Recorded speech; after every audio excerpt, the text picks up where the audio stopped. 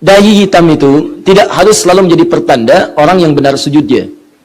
Tidak harus selalu menjadi tanda. Karena yang dimaksudkan dengan tanda-tanda di sujud itu, ya nanti saya bahas di pertemuan berikutnya sebetulnya. Ya, ada ayatnya kan belum selesai. Simahum fi wujuhihim min atharis sujud. Orang yang sujudnya benar itu, bagaimana cara mengeceknya? Selain nanti, maaf, ada tanda-tanda yang tadi saya sebutkan, nilai-nilai kebaikan, disebutkan langsung oleh Quran. Simahum fi wujuhihim min atharis sujud. Ada bekas sujud nampak di wajah mereka. Ingat baik-baik, yang hitam itu di mana tadi posisinya? Kening, sementara Quran menyebut wajah. Wajah. Lihat wujuhihim. Kalau disebutkan wajah, itu menunjukkan bagian dua hal. Pertama adalah bagian bentuk tubuh dari ujung kepala sampai ujung kaki. Jadi wajah, bagian depan. Bagian depan. Makanya ketika antum menunaikan sholat, baca doa istiftah atau iftitah, antum katakan wajah tu. Wajhiyali, saya hadapkan wajah saya. Kan yang menghadap sepenuhnya bagian depan. Ya, nggak ada orang yang mengatakan wajah pan cuman ini pak. Jadi begitu baca wajah tuh begini, wajah tuh tidak. Yang menghadap bagian depan semuanya. Ya, fawalli wajhaka syatral masjidil haram. Quran surah kedua 144. Maka anda salat menghadap kiblat, hadapkan wajahmu. Maksudnya bagian tubuh kita bagian depan sepenuhnya menghadap ke kiblat. Itu wajah. Yang kedua wajah itu adalah tampilan muka bagian depan, kepala ini. Apa dalilnya? Quran surah kelima ayat ke-6. Ketika Allah memerintahkan dalam wudu untuk membasuh wajah, disebutkan wajah. Ya ayyuhalladzina amanu, idza qumtum ila shalah faghsilu wujuhakum. Basuhlah wajah-wajah kalian. Wajah yang dimaksud yang ini, bukan bagian tubuh dari atas sampai dengan bawah. Jelas ya? Nah, orang sujud itu akan nampak simah. Simah itu apa? Simah itu tanda istimewa. Istimewa. Jadi kalau kambing istimewa dikasih tanda. Unta istimewa kasih tanda. Tandanya disebut dengan simah, ada keistimewaan di unta itu. Nah, keistimewaan yang nampak pada manusia itu berwujud pada akhlaknya, kemuliaannya, tanda kebaikannya. Ada dua tanda, habdu minallah tanda ketaatan, habdu minannas tanda muamalah. Jadi orang sujud itu kata Al-Quran akan nampak tanda pada wajahnya bagi dua. Tanda wajah yang pertama tanda ketaatan, karena orang kalau banyak sujudnya, dilukiskan di Quran surah 3 ayat 113 tadi, banyak dia sujud, artinya wajahnya semakin banyak bersujud di hadapan Allah Subhanahu wa taala. Turun lagi, turun lagi, turun lagi. Yang kedua, tampilan tubuh. Ya, ada perilaku kebaikan dalam tubuhnya. Jadi wajahnya menampilkan senyum yang baik, tangannya perilakunya baik, kakinya baik. Itu yang dimaksudkan oleh para ulama sebagai orang-orang yang berhasil dalam sujudnya. Jadi yang dimaksud tanda sujud yang berhasil tidak harus melulu tampak pada tanda hitam di keningnya. Jika tanda hitam ini diiringi dengan penampilan akhlak yang mulia, akhlak terhadap Allah dengan bertambah ibadahnya, akhlak dengan manusia bertambah kebaikannya, maka itu tandanya sujudnya berhasil. Tapi kalau misalnya tanda keningnya ada hitam secara fisikal, tapi tidak diiringi dengan tanda akhlak yang mulia, maka kemungkinan besar itu hanya muncul pada akibat-akibat fisik dari lama saja sujud. Ketika anda terlampau lama seperti ini, jangankan orang sujud dalam sholat, orang biasa pun ketika begini, itu mungkin menampilkan tanda hitam di keningnya. Paham sampai sini? Tayyib.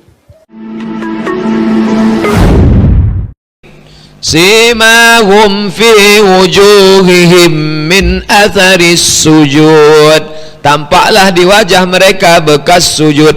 Yang dimaksud bekas sujud itu adalah perilakunya perilaku orang yang sujud. Bahwa karena dia sering sujud, tahu-tahu keningnya hitam, ya tak apa-apa. Bapak ibu, bapak yang keningnya sudah hitam, jangan pula malu lalu ambil Rexona lalu. Oh, Rexona untuk ketiak. Diambilnya Nivea, digini biar kuning. Tak perlu, biarkan aja. Yang tak boleh itu sengaja. Waktu sujud tuh digosok-gosokkannya ke lantai. Itu yang tak boleh. Yang sudah hitam, jangan malu diriak. Kamu riak nih, enggak. Yang sudah hitam biarkan aja. Orang Mesir itu bukan hitam, kapalan malah. Karena orang Mesir itu selalu sujud di atas batu. Kalau dia kerja di warung, itu di batu-batu itu dia Allah Akbar, kapalan. Tak apa-apa. Yang tak boleh itu sengaja. Wah, biar nampak orang sholat, gosokkanlah. Udah gosok agak hitam, setiap ngobrol, ini gosok-gosok biar hitam. Tak boleh. Saya mau nanya, apa betul itu dahinya Rasulullah SAW hitam? Apa betul dahinya Rasulullah hitam? Karena bekas sujud dahinya Rasulullah hitam. Apa betul seperti itu? Dia jawab, oh ya memang benar. Memang udah jelas itu ayatnya. Muhammadur Rasulullah. Muhammad adalah Rasulullah. Yang bersama beliau SAW itu adalah orang-orang yang asyidda al kufar, ruhama bainahum, orang-orang kalau kepada orang yang kafir keras, kepada sesama mereka saling menyayangi. Ya, di ujung-ujung ayatnya tertulis di situ simahum fi wujuhim min athari sujud, di wajahnya ada bekas sujud. Kan jelas Al-Quran yang bilang di wajahnya ada bekas sujud. Siapa? Wajah siapa? Mereka. Lah mereka siapa? Itu Nabi Muhammad sama siapa? Sahabatnya. Jadi jelas Nabi Muhammad dahinya hitam. Goblok awakmu. Mohon maaf, karena ini penghinaan pada Nabi, maka saya goblok-goblokan orang itu. Ini menghina Nabi. Orang tadi kan kelihatannya pintar ngomong ya, kelihatannya pintar ngomong. Orang yang seperti ini dapat sabdanya Rasul, man fassara al-Quran bi ra'yih falyatabawa maq'adahu minan nar. Siapa menafsirkan Al-Quran dengan kepalanya sendiri, otaknya sendiri, silahkan ambil tuh tempat duduknya di neraka, udah disiapin. Hati-hati nih. Ini ayat Al-Quran. Coba buktikan sama saya, ada ndak ayat yang bilang kalau Nabi itu jidatnya hitam, dahinya hitam? Ada ndak? Satu ayat, apalagi hadis. Lah itu ayatnya, coba dibaca, nggak ada kalimat dahi Nabi, dahi sahabat hitam, nggak ada. Yang ada apa? Di wajahnya ada bekas sujud. Lah kenapa dia bisa mengartikan bekas sujud itu hitam di dahi? Ini terjemahan dari mana ini? Cari terjemahan Al-Quran, ada enggak yang diterjemahkan bekas sujud dahi hitam? Enggak ada. Anda boleh tanya tafsir manapun, saya tantang tafsir manapun. Mau tafsir Jalalain, mau tafsir Qurtubi, mau tafsir Ibnu Katsir, mau tafsir Durrul Mansur, mau tafsir Tabari, mau tafsir Al-Baghawi, apapun tafsirnya, carikan satu tafsir yang mengatakan simahum fi wujuhim, artinya adalah dahi hitam. Gak ada satu mufassir yang menafsirkan dahi hitam. Nah terus gimana nih sebetulnya? Di wajahnya ada bekas sujud. Nah makanya nanya sama ahli tafsir, jangan pakai kepalamu sendiri. Iya, tanya sama ahli tafsir. Ahli tafsir menafsirkan itu ada dua tafsir. Enak loh kalau nanya sama ulama itu ya. Dua tafsir. Tafsir yang pertama adalah bekas sujud di wajah tampak di dunia. Tafsir yang kedua, bekas sujud di wajah tampak di akhirat. Yang tampak di dunia ada dua. Satu tampak secara zahir, ada bekas sujudnya, tapi bukan dahi hitam. Apa? Di dahinya kalau habis sholat malam itu subuh, kalau ke masjid masih kelihatan ada pasir yang nempel.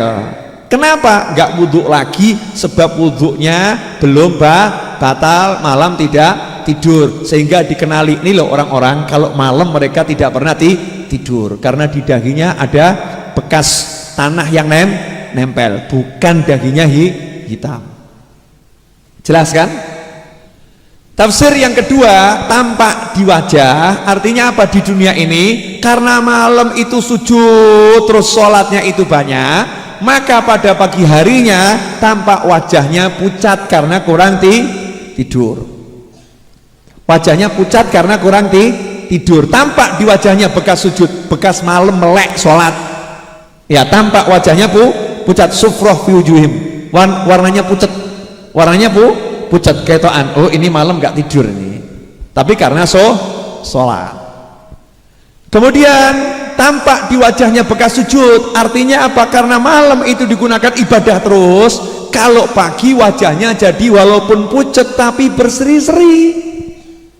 Walaupun pucat dilihat enak, walaupun orangnya jelek jadi ganteng, aneh kan?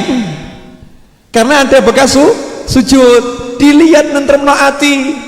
Ya, di wajahnya ada tanda tawadhu, merendahkan diri, di wajahnya tampak khusyuk.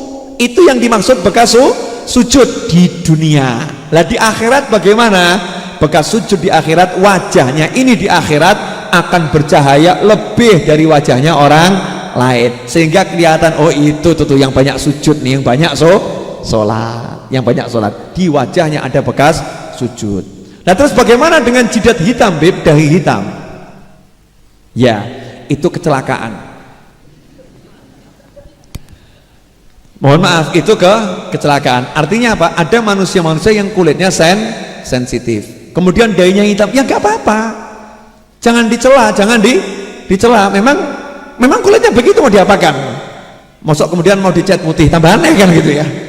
Udah nggak apa-apa. Tapi itu bukan ukuran kesolehan dan ukuran ketidaksolehan. Bukan ukuran kesolehan dan bukan ukuran ketidaksolehan. Ya biasa aja, dahinya hitam. Tapi itu bukan bekas sujud yang dimaksud dalam Al-Quran. Bukan itu. Terus bagusnya bagaimana? Kalau sahabatnya Nabi bahkan sampai mencela orang yang dahinya hitam. Dicela. Saya 80 tahun sholat, dahi saya nggak hitam. Kenapa kamu biarkan dahimu hitam? Kamu tahu enggak? Wajah itu adalah bagian termulia manusia. Dia harus dijaga, jangan sampai wajah itu rusak. Kenapa kamu biarkan dahimu hitam? Sahabat marah itu sama temennya. Ada orang begitu kan, dimarahin sama sahabat. Artinya suruh jaga, jangan sampai memaksakan diri sujud ben ireng ngono, paham toh? Nah saiki tambah direng-ireng no. Lain kalau kita udah jaga, kita usahakan jaga kepala kita, sujudnya biar enak, biar nggak bekas. Kok masih bekas? Karena memang kulitnya sensitif, maka tidak jadi masalah. Dan kita nggak boleh suudzon, gue direng-ireng no, nggak boleh begitu.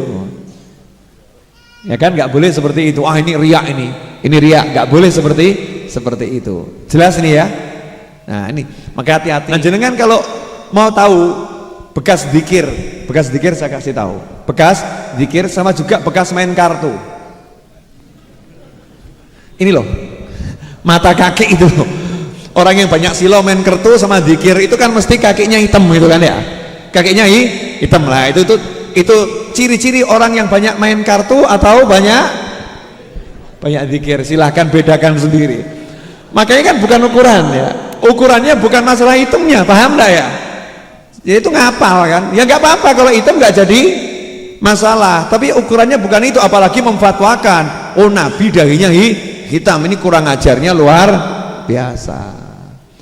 Oh gara-gara dia dahinya hitam terus Nabi disamakan sama dia, ngawur awakmu ya hitam seperti ini ya, disamakan sama dia. Emangnya dahi Nabi seperti kamu? Ngawur awakmu ya, ngawurnya luar biasa. Rasulullah SAW dahinya itu lebar, tapi lebarnya bagus, kulitnya warnanya merah ya, keputih-putihan, putih merahan. Itu Rasulullah SAW bersih. Gak ada satu hadits yang menyebutkan Nabi dahinya hitam. Gak ada.